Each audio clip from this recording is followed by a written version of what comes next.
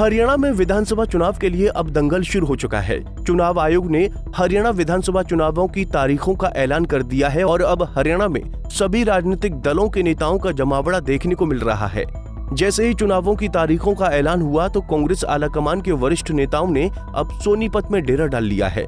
राष्ट्रीय कांग्रेस किसान मोर्चा के उपाध्यक्ष अखिलेश शुक्ला और राष्ट्रीय सचिव प्रणय झा ने इलाके का जायजा लिया और बीजेपी पर जमकर निशाना साधा। जो स्क्रीनिंग कमेटी बनी है वो इस पे निर्णय लेगी और डेफिनेटली कार्यकर्ताओं को तवज्जो दी जाएगी, किसान कार्यकर्ताओं को भी तवज्जो दी जाएगी। सर, बीजेपी से किसान है वो नाराज नजर आ रहे हैं, खासकर किसान आंदोलन के बाद धान की फसलों को लेकर, एमएसपी गारंटी कानून को लेकर, किसानों के मुद्दे को लेकर राहुल गांधी लगातार संसद में है वो बोलते हुए नजर आते हैं। लेकिन अब जब चुनाव सिर पर है, खासकर हरियाणा में, उसको किस तरह से अब भुनाने की कोशिश है वो कांग्रेस करेगी? देखिए, बीजेपी जो है ना वो एक झूठ की फैक्ट्री है। वो हर रोज एक नए मोल्ड से नए प्रकार का झूठ निकाल करके पब्लिक को पेश कर देते हैं।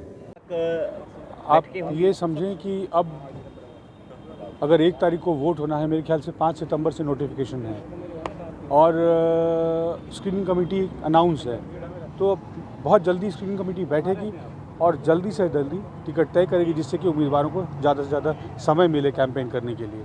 सर, किसान आंदोलन को किस तरह से देख रही है कांग्रेस, क्योंकि बीजेपी के खिलाफ एक बड़ा संघर्ष है वो किसानों का चल रहा है, उसको किसानों का जो मुद्दा है वो राजनीति का मुद्दा नहीं है।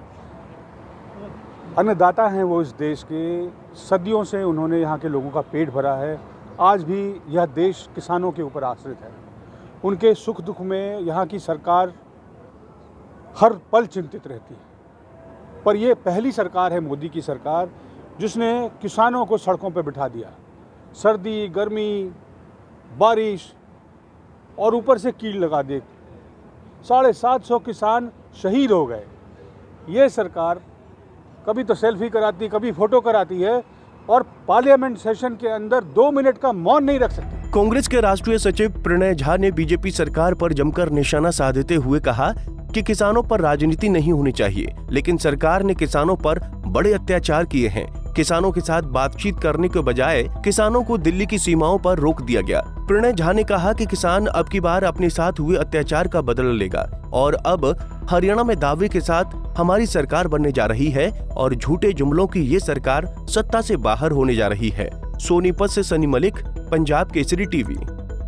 हमसे जुड़े रहने के लिए हमारे YouTube चैनल को सब्सक्राइब करें और नई वीडियो की नोटिफिकेशन के लिए बेल आइकॉन को दबाएं।